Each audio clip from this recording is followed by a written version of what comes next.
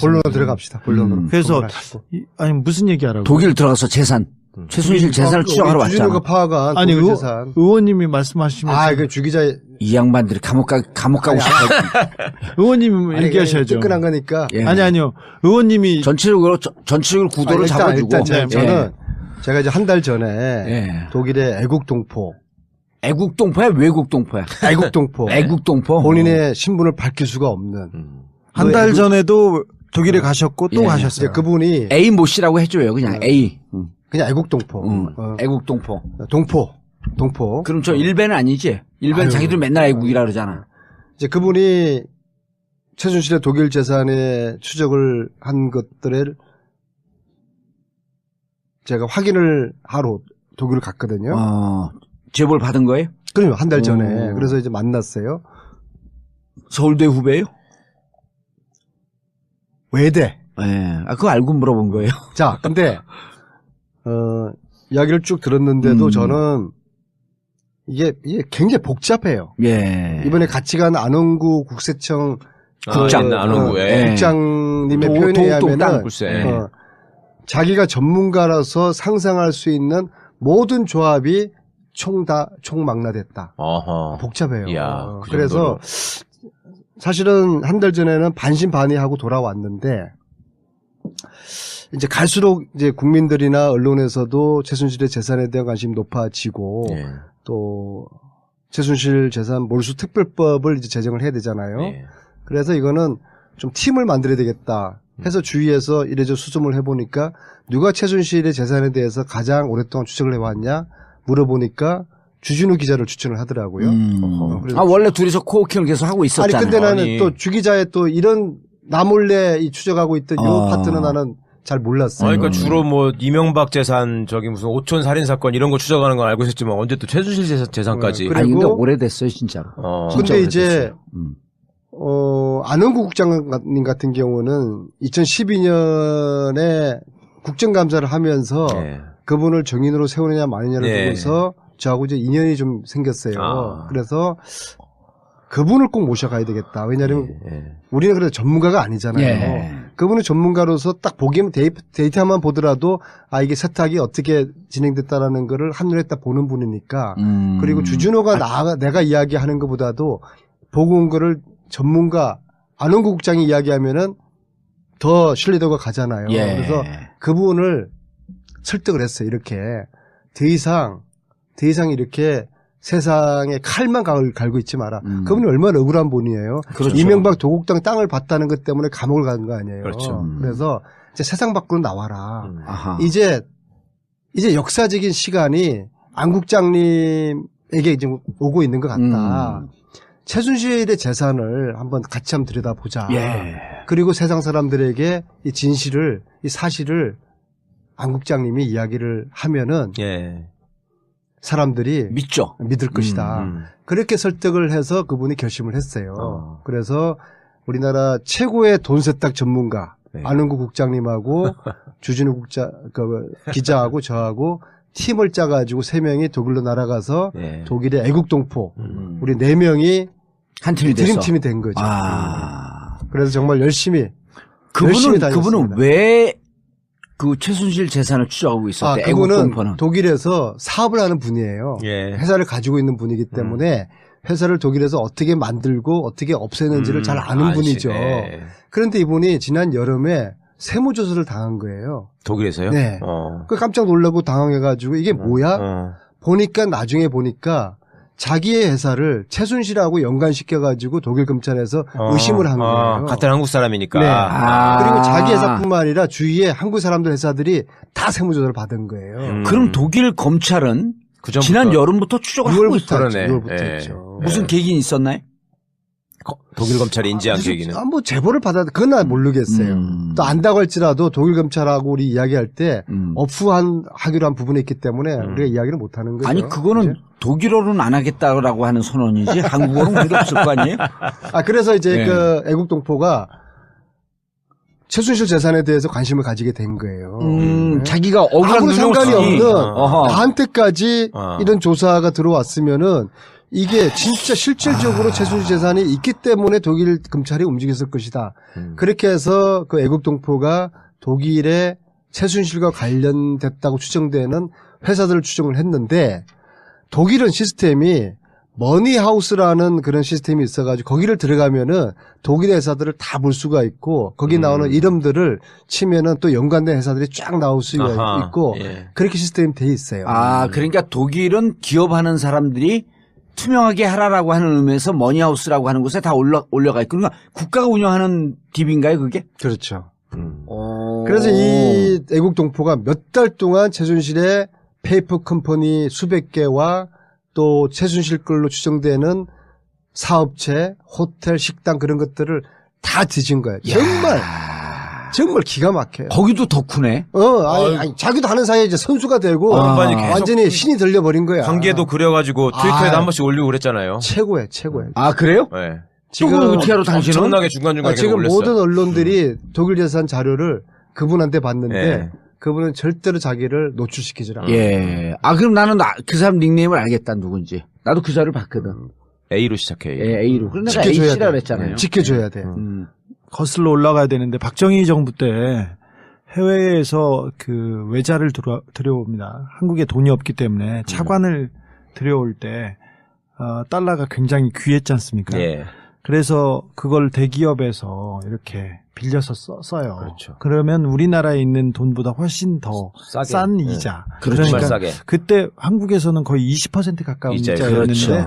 외국에서 들어올 때는 뭐 5%, 7%. 근데 그렇게 들어오는데 차관을 들여올 때 그 차관을 들여올 때 커미션이 있습니다. 정부가 주선을 해주니까. 정부가 주선을 하는데 그 커미션이 박정희 대통령의 비밀 계좌로 갑니다. 스위스에 있는 계좌. 차관을 들여올 때도 그랬고요. 외국에 수출을 했을 때 수입 대금을 받을 때도 대기업에서 돈 받을 때도 거기서도 뽀찌를 뜯습니다. 물건을 팔고 그 결제를 받을 때도 뽀찌 말고 리베이트. 네. 아니 뽀찌라고 뽀찌가 더 전문 말이에요. 전문 용어예요. 삥. 한자로 삥. 네. 두 자로 뽀찌. 그래서 스위스로 갑니다. 이 스위스 계좌가 굉장히 큰 저수지에 담겨 있었습니다. 이건 박정희 대통령도 있었고요. 박정희 대통령 주변 사람들 다 불러보십시오. 이유락, 김영우, 박종규, 김종필. 그게 다 털렸잖아요. 80년도에 이유락, 네네. 김종필 돈이. 스위스의 계좌에 다 담겨 있었습니다. 그거를 박정희가 총 맞아 죽은 이후에 잘 정리가 되지 않았어요. 그렇죠. 않은 상태였었습니다. 1970년대에는 1980년대에는 그 군부가 정권을 잡고 있고 그리고 여기까지 정신을 쓸 여력이 없었습니다. 신경 쓸 여력이 없었다. 박근혜 집안에서는. 네. 그런데 그 신경을 쓰는 사람들이 있었습니다. 최씨 집안으로 보입니다. 스위스 계좌에 큰 저수지에 돈이 있습니다. 그리고는 이 스위스 계좌는 80년대에 움직이기 시작합니다. 예. 네. 80년대에 움직이기 시작합니다. 그 돈이 일부분이 다른 계좌로 모였다가 흩어졌다가 하다가 90년대 회사가 독일에 생깁니다. 들어보셨을 겁니다. 92년도. 91년인가요? 92년도에. 92년도에 유벨이 생기고 얀슨이라는 회사가 생깁니다. 얀슨. 예. 그리고 그때 잘 아시다시피 최순실, 최순득, 최순천 이 집안에서 회사를 하나씩 만듭니다. 다 92년도 이후죠. 그 즈음에 회사를 생깁니다. 최순실은 그 전에 독일에 갔다 왔잖아요. 독일에 80년대부터 계속 왔다 갔다 했죠. 정윤회 씨도 왔다 갔다를 했는데 정상적인 회사를 만든 거는 90년대에 들어서 처음으로 흔적을 남깁니다. 주 기자님 쭉 가기 전에 지금 정윤회가 언론에 나와서 인터뷰를 하면서 자기가 원래 갖고 있었던 건물을 팔아서 36개인가 37개짜리 원룸을 만들었습니다. 예? 네. 그리고 그것이 우리 재산의 종잣돈입니다 하는데 아유, 그 말을 믿어요, 진짜. 잠깐만요. 근데 88년도에 이미 최순실과 정윤의 공동 명의로 재산이 있어요. 네. 그리고 85년서부터 88년까지 최태민이 부동산 등기부상으로 16회에 걸쳐서 재산을 샀다 팔았다라고 하는 것을 85년서부터 88년까지 집중적으로 합니다. 이건 언론에 나온 내용이에요. 네. 그래서 제가 보기에는 85년도는 국내에서 장난을 치다가 88년 이후서부터 독일로 이 돈이 나가기 시작했고 92년서부터는 금융 실명제가 되니까 본격적으로 그 전에 전후를 타서 92년도에 재산이 빠져나간 거 아니냐 이런 추정이 들거든요. 네, 그렇게 추정할 수도 있는데 저는 그렇게 보지 않고요. 예.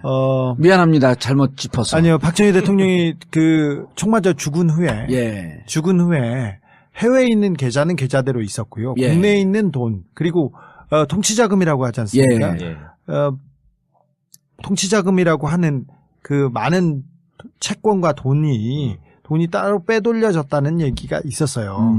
그래서 전두환이 준 6억 말고 다른 돈이 움직이기 시작했습니다. 그리고 그게 이제 주로 채권이었다라고 하는 거죠. 그리고 박근혜 대통령은 그 박정희 대통령 서거 이후에 영남대 이사로 가지 않습니까? 그렇죠. 그리고 영남대 그리고 정수자각회에서 유경재단, 유경재단 세 군데에서 이 세 군데를 굴리면서 자기 사람들이 청와대에 있던 사람들을 그대로 데려갔고요. 거기에서 그 돈을 계속 만들어서 쓰는 그런 일이 있었습니다. 그때 최태민 일가가 그 부동산을 정리했다는 것도 많았고요. 그 다음에 최태민 일가가 그 누구 친인척을 채용해가지고 문제가 되거나 아니면 부정 입학 때문에 문제가 되거나 이런 비리가 많았습니다. 그래서 국내 부동산과 국내 자금은 자금대로 움직이고 해외에서는 그게 그 계좌가 계속 이어가지 않았나 저는 그렇게 보고 있습니다. 그러다가 90년대에 들어서 본격적으로 해외에 있는 돈을 건드리기 시작합니다. 그래서 정윤회와 최순실이 외국에 계속 다니고 회사를 세웠다고 저는 그렇게 보고 있어요. 그 회사가 92년도에 이렇게 움직이던 회사가 95년도 6년도 중반에부터는 최순실 정윤회 이름이 사라집니다.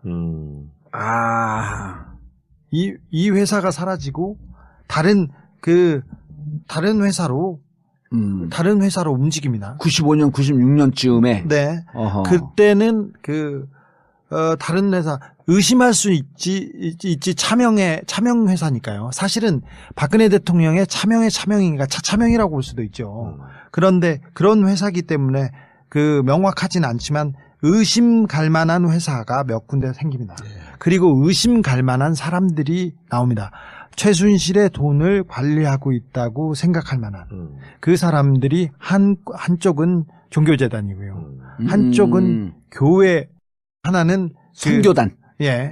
하나는 어떤 학교의 특정 그룹이 있는데 이 세 파에서 최순실의 돈을 정리하면 종교재단이 하나 있고 그다음 선교단이 하나 있고 또 특정 학교의 학맥으로 연결되어 있는 사람 집단이 있고 이 세 부류가 움직이면서 최순실의 돈을 그 차명 관리 아니면 세탁하고 관리해주는 그렇다고 의심이 갈 만한 그 부류가 있습니다. 그리고 그 사람들이 만든 회사가 있습니다. 이번에 가서 그 의원님하고 찾았던 것은 기존에 그냥 여기 독일 교포들 중에 그냥 평상시에 그냥 별일 없이 이렇게 사셨어요. 그냥 평범하게 사셨는데 갑자기 호텔을 몇 개 거느린 거부가 됐다던가. 아무 돈이 없던 사람이. 그다음 어떤 사람은 뭐 크게 식당을 그냥 보통 식당이 아니라 굉장히 기업형으로 하게 된 사람을 봤다던가. 그래서 몇 명 의심이 가는 사람들의 재산을 저희들이 좀 체크하고 왔습니다. 구체적으로 예를 들어서 92년도에 최초로 회사가 나타나는 게 유벨이거든요. 그런데 저는 그 이전에도 있을 거라고 봐요. 왜냐하면 독일에서 전산 시스템이 그때부터 생기는 거니까 80년대도 나는 있었을 가능성이 있다고 보는데 어쨌거나 공식적으로 확인되는 게 92년도 정윤회, 최순실, 독일 교포 유아묵의 이름으로 92년도에 유벨이라는 회사를 만드는데요. 지난번 감방 청문회에서 제가 최순실한테 유벨이라는 회사를 왜 만들었냐 무슨 말씀이세요? 그래요. 놀라고요, 안 놀라고요? 눈을 똥 뜨면서 처음 듣는데요. 나 모르는데요. 그 유벨이라고 하는 회사는 정윤회, 최순실 공동 명의가 들어가 있었던 회사예요. 그렇죠. 그래서 최순실은 그렇게 대답을 하는데 이제 유아무개라는 분을 저희들이 찾았어요. 그러니까 찾아서 추적을 했는데 그분은 이제 지금 잠시 미국에 가 있고 그분이 운영하는 호텔을 저희들이 찾았어요. 원래 독일에 살고요. 살기는. 그분은. 그렇죠. 애국동포가 찾았어요. 그래서 우리가 함께 갔는데 주 기자랑 함께 갔는데 거기에 따님이 있더라고요. 그래서 호텔을 지금은 따님이 경영하고 우리가 그 따님한테 이제 주 기자랑 우리 함께 가서 국정조사 하러 왔고 몇 가지 물어볼 게 있으니까 차 한잔 하자. 안 나오는 거예요. 피하는 자 범인이다. 안 나올 이유가 없는 거 아니에요. 그랬는데 아주 우연히 그 아버지 유아무개 씨하고 연결이 됐어요. 전화 연결이 됐어요. 또 다른 동포가 그분 수소문을 해가지고 이거 간단하게라도 대답하지 않으면은 감옥 간다. 의심받으니까 해명을 해라. 이제 그렇게 잘 이렇게 엮어가지고 했는데 제가 이제 통화를 이렇게 합니다. 최순실 정윤회를 92년도하고에 회사를 설립을 같이 했는데 당신 이름이 나오는데 맞느냐? 그분이 나이가 한 70 정도 됐어요. 그 유아무개 회장님 이름으로 돼 있는데 맞느냐? 시인을 하더라고요. 어떻게 해서 최순실 정윤회를 만나게 됐느냐? 이분 말씀이 그로스리에 뭐 채소 사러 갔다가 정윤회를 우연히 만났는데 그리고 좀 있다가 회사 만드는데 이름이 필요해서 이름을 빌려달라고 해서 이름을 빌려줬다. 그리고 3개월 있다가 3개월치 월급을 받고서 나가라고 하면서 아무개한테 돈을 받아가라. 그 아무개가 데이비드 윤의 아버지 윤남수예요. 근데 윤남수한테 갔더니 돈을 안 주더라. 아하. 그래서 안 좋게 헤어졌고 그 이후로 한 번도 보지를 못했다. 이런 이야기를 하더라고. 그러면은 지금 운영하고 있는 호텔은 어디서 난 거냐? 돈을 어떻게 벌으신 거냐? 자기 딸이 유태인하고 뭐가 있었는데 더 이상은 말 못하겠다.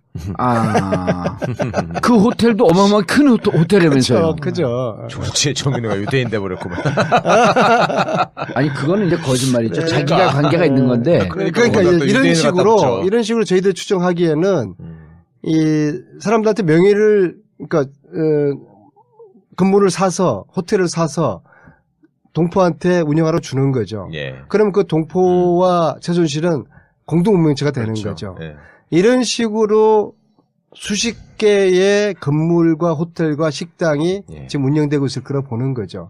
그 사람들 입에서는 절대로 양심 고백을 할 수가 없는 거죠. 그 아버님, 그러니까 나이 많이 먹은 독일에 온 이민 1세대하고 정윤회, 최순실이 관계를 맺습니다. 몇 분하고 주로 파독, 광부 뭐 이렇게 되나요? 그분들이? 파독, 광부가 많았고요. 그다음에 뭐 간호사도 많았고, 파독. 공부하러 가거나 그 전문직에서 자리를 잡은 사람들은 아주 드뭅니다. 근데 정윤회, 최순실이 그 관계를 맺은 사람들은 그렇게 교민 사회에서도 굉장히 그 이름이 있다거나 명망가들은 아니었고 잘 안 되는 사람들하고 맺었습니다. 그래서 그리고나 혹은 특정 종교와 관련이 있거나. 네네. 다 그랬습니다. 한 3명 정도는 그래서 그 관계를 맺었는데 그 사람들의 아들, 딸로 인연이 맺어지고 그 사람들의 명의로 지금 재산이 많이 숨어 있습니다. 그런 사람들이 갑자기 잘 살게 되는 거지. 그러니까 고마운 거지. 그리고 앞으로도 이 관계는 유지돼야지 자기들이 그런 신분을 부를 유지할 수가 있는 거지. 일단 기본적으로 차명입니다. 그리고 오랜 시간 동안 세탁이 되어 있는데. 그리고 그 사람들 사회적 지위가 높지 않은 사람들이고. 네네. 그런데 독일은 너무 투명해서요. 돈의 흐름이 다 보여요. 그렇죠. 그리고 독일은, 뭐 세계에서 거의 가장 잘 사는 나라 중에 하나인데 못 사는 사람이 없어요. 못 사는 사람이 없는데 대신 부자들도 아주 부자들도 없어요. 세금이 많기 때문에. 그래서 돈을 어떻게 만들었는지 좀 그 국세청이나 검찰이 들어가서 보면 파악이 가능할 금방 거예요. 알 수 있게.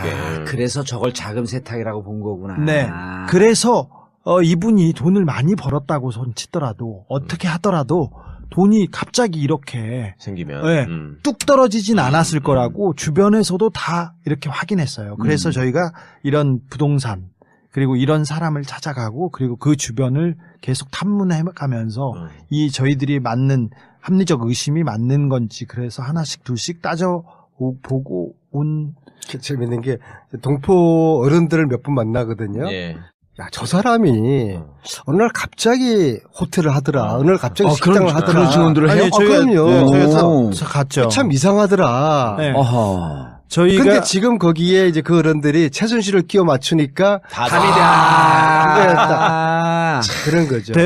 대부분 최순실의 차명 재산을 관리하고 있었을 것이다라고 하니까 정답이 나오는 거네. 네. 주변에서 그래서 교민 사이가 뻔해서 어떤 분이 뭘 했다, 어떤 분이 뭘 했다는 것도 알고 뭘 해서 돈을 번다는 것도 알아요.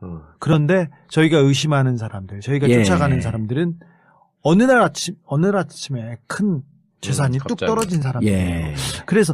그래서 지금 시간이 많이 걸렸고 세탁 과정이 거쳤지만 그래도 그 재산을 찾는 데는 그리 어렵지 않을 거라고 봅니다. 우리가 최순실과 관련돼 있을 거라고 보는 페이퍼 컴퍼니를 찾아갔더니 큰 건물에 건물이 있고 2층짜리 건물이에요. 그리고 앞에 회사 간판들이 있는데 한 10개 정도 회사 이름이 있어요.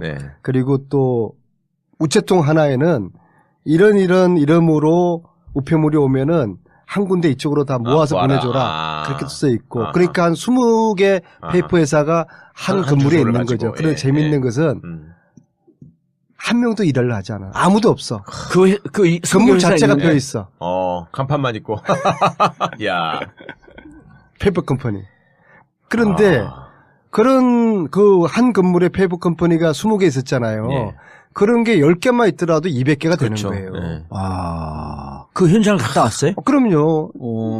주 기자 이야기 좀 해봐. 주 기자가 얘기를 안 하니까 신뢰성이 확 떨어져. 아니, 갔다 왔어요? 네, 체크했죠. 주 기자도 놀래가지고.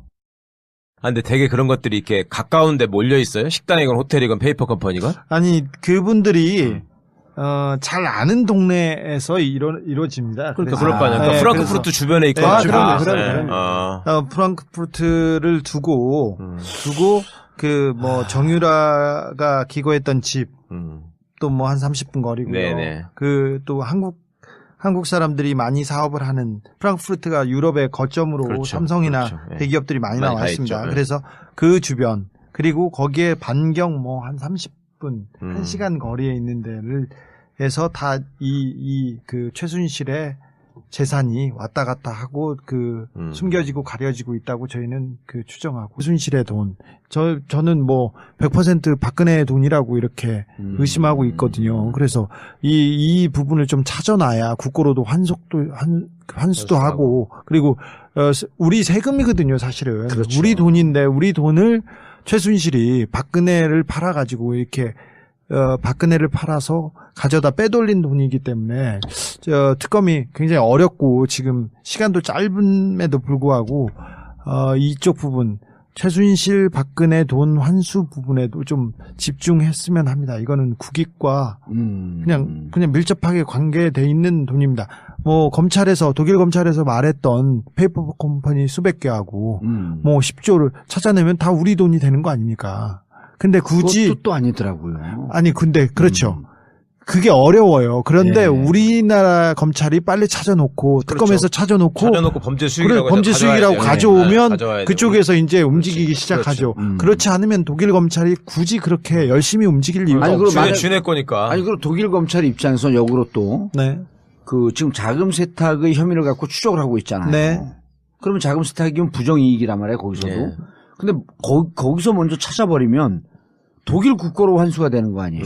이게 정유라 체포하고 비슷해요. 비슷해요. 그래서 이걸 우리 검찰이 움직여서 좀 빨리 움직여서 우리가 그 방법은 최순실 재산몰수 특별법을 빨리 만들어야 돼요. 지금 대선 주자들이 뭐 세종시로 뭐 옮기자고 약속하고 뭘 옮기자 약속하고 이럴 때가 아니라 이 최순실 재산을 지금 독일 가보니까 뭐 재산 최순실 걸로 의심되는 그 매물 건물들이 막 금매로 나와 있어요. 계속 지금 나오고 막 처분할 거 아닙니까? 그래서 이거를 골든 타임이 있는 거예요. 그래서 지금은 최순실 재산 몰수 특별법을 만드는데 대선 주자들도 각 그 당의 원내대표들도 치중을 해야 돼요. 사실 그렇게 해야지 독일 검찰하고도 공식적인 협조 공조가 되는 것이거든요. 최 변호사님, 그 법리 구조는 아무래도 제일 정확하게 아니까 이게 최순실 재산 몰수 특별법 하게 되면 이게 위헌적 소유나 혹은 나는 이제 최순실이 아니고 뭐냐면 지금 주진우 얘기 쭉 하게 되면은 근거는 없지만 스위스 쪽하고도 공조를 해서 이 재산의 뿌리가 어딘지 추적을 한 다음에 70년대 통치자금이나 80년대 통치자금이라고 한다면 최순실 재산몰수 특별법이 아니고 박근혜 최순실 재산몰수 특별법으로 가야 되는 거예요. 아니면 두 개를 또 따로 가든지 먼저 쉬운 걸 먼저 해놓고 그 다음에 박근혜 재산몰수 특별법을 하든지 국민의 세금을 다 강탈해 간 거거든 이게. 아니 근데 이게 특별법이나 이런 거로 해갖고 재산 몰수 이게 가능해요? 가능하죠. 가능하죠. 독일과 유럽의 많은 나라가 스위스를 압박해서 그 정부가 요청하면 계좌를 열게 돼 있어요. 그래서 많은 돈이 투명해지고 있는데 우리 정부가 요청을 해서 요청을 해서 받아야 됩니다. 제 얘기가 그거예요. 70년대 예산은 그걸 하게 되면 그 계좌의 뿌리가 나올 거라는 거지. 그렇죠. 이미 그 박정희 계좌가 박종규, 이유락, 김영 모든 사람의 계좌가 있다는 것까지는 확인이 됐지 않습니까? 그렇죠. 근데 그 계좌가 어떻게 움직였는지 아무도 몰라요. 지금 그 박근혜 주변 사람들, 박정희 주변 사람들, 박근혜 주변 사람들은 스위스에 계좌가 있었고요. 그다음에 그리고 뉴욕이나 뉴저지에 대저택이 있었어요. 그래서 지금도 뻥떵떵거리면서 살면서 반기문 송별 파티를 해줬다고 하는 돈이 다 우리 돈이에요, 사실. 그렇죠. 그런데 제가 계속 몇 년 동안 스위스를 드나들면서 계좌를 쫓아다니고 조각만 있으면 가고 그랬는데 박근혜 정부 들어서 이런 얘기를 들었어요. 대사관 사람한테. 주 기자가 와가지고 기사를 써서 괴롭다. 그래서 괜히 MOU를 다시 써야 되고 우리가 다른 걸 쳐다보고 있다는 거예요. 뭐지? 저는 스위스 계좌에 대한 기사를 쓴 적이 없어요. 대신 취재는 갔었거든요. 제가 취재를 하러 다녀서 우리 정부에서 오히려 계좌를 안 열어주려고 오히려 보안을 강화하는 MOU에 대해서 얘기하고 있었어요. 그 당시에. 우리가 이제 독일 검찰하고 1시간 정도 면담을 했는데 이 사람들이 아주 겁을 주더라고. 사진 찍어서도 안 되고 녹취하면 안 된다. 검찰이? 이 자식들이 최강욱이 될 거야. 다행히 우리가 한국에서 재산 몰수를 요청하면 적극적으로 협조를 해주겠다. 그 주검찰이에요, 연방검찰이에요? 저희는 헤센주 검찰청 차장과 부장검사와 담당 검사 3명을 그래서 한 달 동안 하루 1시간 이야기하고 이제 나오면서 내가 주진우 기자한테 야 저런 이야기를 다 녹취를 담아서 해야 되는데 아깝다라고 하니까 주진우가 다 했죠. 걱정하지 마세요. 야, 다 녹취 악마 기자야.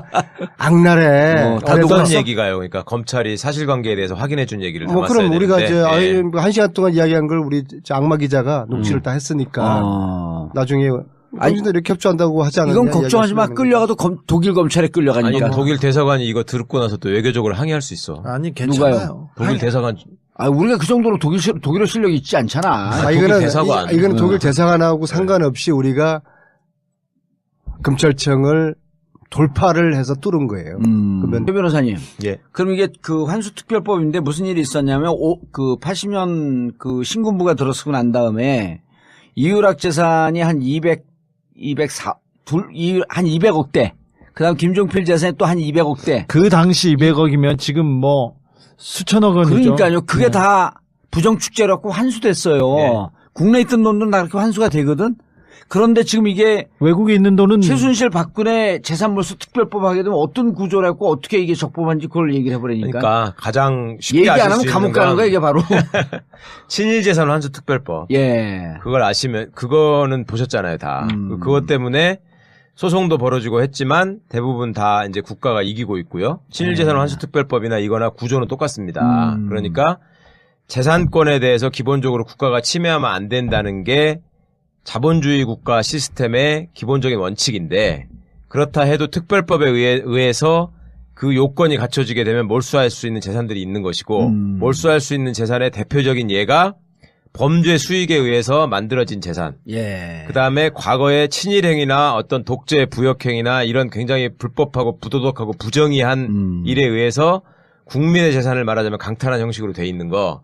이런 것들을 특별법으로 제정해서 환수한 거는 국제적으로도 사례가 많고 우리나라에도 여러 번 있었고, 말씀하신 것처럼 그때 사회정화 뭐 한다고 하면서 다 삼천교육대 보내고 돈 뺏고 한 것도 다 그 비슷한 일이잖아요. 그러니까 그거는 충분히 가능한 일이고, 단지 이제 이것이 외국에까지 어떻게 영향을 미칠 수 있느냐 하는 점이 남는 것인데, 예. 그거는 이제 외국에 있는 재산은 우리나라 주권이 안 미치니까 무작정 뺏어올 수는 없잖아요. 그러니까 그거는 그간의 주 기자가 말씀하신 것처럼 외교적 관계로 그간의 조약이나 협약 같은 게 나라 간에 의외로 또 있어요. 네. 돈을 하도 바깥으로 빼돌려가지고 이렇게 세탁하고 불투명한 자금이 많았기 때문에 스위스 은행을 열게 하는 것도 마찬가지고, 예. 국가 간의 공조를 통해서 그렇게 불법적으로 흘러간 자금은 돌려주는 것도 많이 생겼고, 그러니까 독일 검찰도 한국 검찰이 열심히 해가지고 기본 자료나 요건을 갖춰주면 우리가 그거에 협조하겠다라는 말을 하는. 안에서 회사를 하나씩 만듭니다. 다 92년도 이후죠. 이후죠. 그 즈음에 회사를 생깁니다. 최순실은 그 전에 독일에 갔다 왔잖아요. 독일에 그 80년대부터 계속 왔다 갔다 했죠. 정윤회 씨도 왔다 갔다를 했는데 정상적인 회사를 만든 거는 90년대에 들어서 예. 처음으로 흔적을 남깁니다. 주 기자님 쭉 가기 전에 예. 지금 정윤회가 언론에 나와서 인터뷰를 하면서 예. 자기가 원래 갖고 있었던 건물을 팔아서 36개인가 37개짜리 원룸을 만들었습니다. 예? 네. 그리고 그것이 우리 재산의 종잣돈입니다 하는데, 아유, 그 말을 믿어요, 진짜. 아니, 잠깐만요. 근데 88년도에 이미 최순실과 정윤의 공동 명의로 재산이 있어요. 네. 네. 그리고 85년서부터 88년까지 최태민이 부동산 등기부상으로 16회에 걸쳐서 재산을 샀다 팔았다라고 하는 것을 85년서부터 88년까지 집중적으로 합니다. 이건 언론에 나온 내용이에요. 네. 그래서 제가 보기에는 85년도는 국내에서 장난을 치다가 88년 이후서부터 독일로 이 돈이 나가기 시작했고, 92년서부터는 금융 실명제가 되니까 본격적으로 그 전에 전후를 타서 92년도에 재산이 빠져나간 거 아니냐, 이런 추정이 들거든요. 네, 그렇게 추정할 수도 있는데 저는 그렇게 보지 않고요. 예. 미안합니다. 잘못 짚어서. 아니요, 박정희 대통령이 그 총맞아 죽은 후에 해외에 있는 계좌는 계좌대로 있었고요. 예. 국내에 있는 돈, 그리고 통치자금이라고 하지 않습니까? 예. 통치자금이라고 하는 그 많은 채권과 돈이 따로 빼돌려졌다는 얘기가 있었어요. 그래서 전두환이 준 6억 말고 다른 돈이 움직이기 시작했습니다. 그리고 그게 이제 주로 채권이었다라고 하는 네, 거죠. 예. 그리고 박근혜 대통령은 그 박정희 대통령 서거 이후에 영남대 이사로 가지 않습니까? 그렇죠. 그리고 예. 영남대, 그리고 정수자학회에서 유경재님 같은 경우는 2012년에 국정감사를 하면서 그분을 정인으로 세우느냐 마느냐를 두고서 저하고 이제 인연이 좀 생겼어요. 그래서 그분을 꼭 모셔가야 되겠다. 왜냐하면 우리는 그래도 전문가가 아니잖아요. 그분은 전문가로서 딱 보기면 데이터만 보더라도 이게 세탁이 어떻게 진행됐다라는 거를 한눈에 딱 보는 분이니까. 그리고 주진호가 내가 이야기하는 것보다도 보고 온 거를 전문가 안원구 국장이 이야기하면은 더 신뢰도가 가잖아요. 그래서 그분을 설득을 했어요. 이렇게 더 이상 이렇게 세상에 칼만 갈고 있지 마라. 그분이 얼마나 억울한 분이에요. 그렇죠. 이명박 도곡당 땅을 봤다는 것 때문에 감옥을 간 거 아니에요. 그렇죠. 그래서 이제 세상 밖으로 나와라. 이제 역사적인 시간이 안 국장님에게 지금 오고 있는 것 같다. 최순실의 재산을 한번 같이 한번 들여다보자. 그리고 세상 사람들에게 이 진실을, 이 사실을 안 국장님이 이야기를 하면은 사람들이 믿을 것이다. 그렇게 설득을 해서 그분이 결심을 했어요. 그래서 우리나라 최고의 돈 세탁 전문가, 안흥구 국장님하고 주진우 기자하고 저하고 팀을 짜가지고 3명이 독일로 날아가서 독일의 애국동포 우리 4명이 한 팀이 됐어. 드림팀이 된 거죠.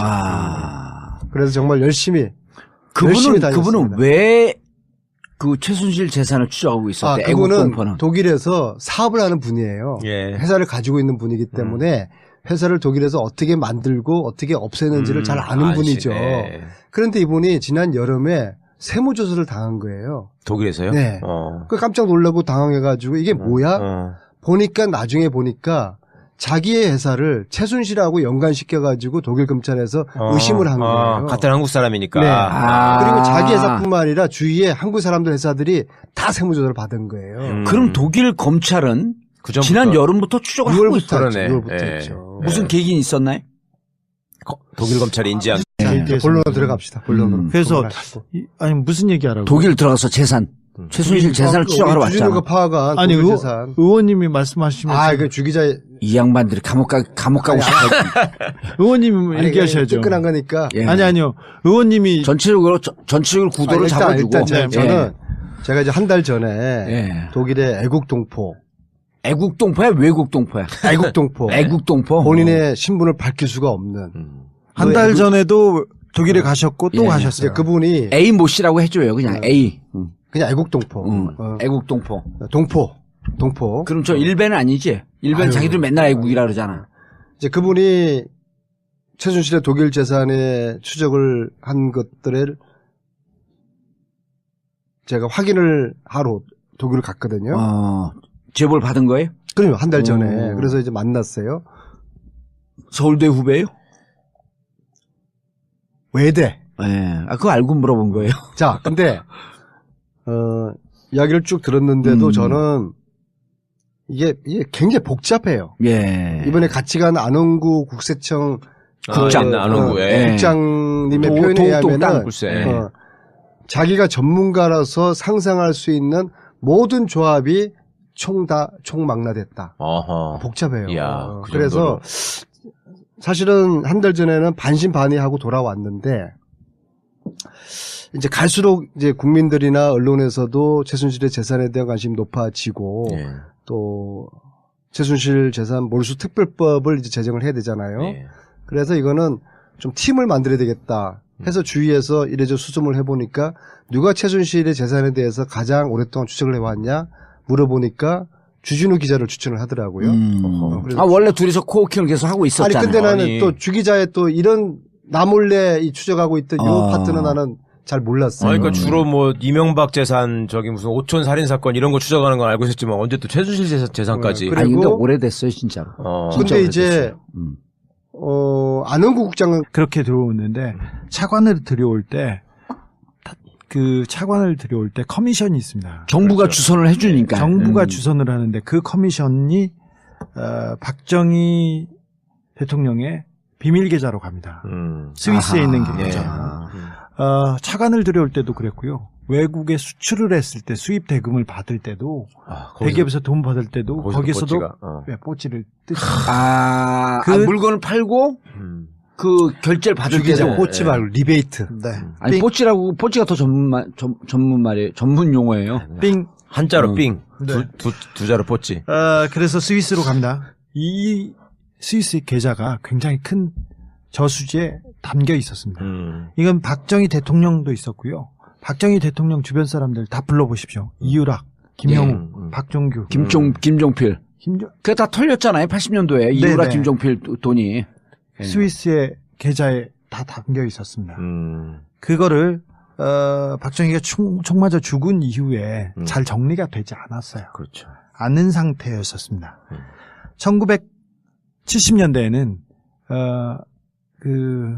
1980년대에는 그 군부가 정권을 잡고 있고 그리고 여기까지 정신을 쓸 여력이 없었습니다. 신경을 쓸 여력이 없었다. 박근혜 집안에서는.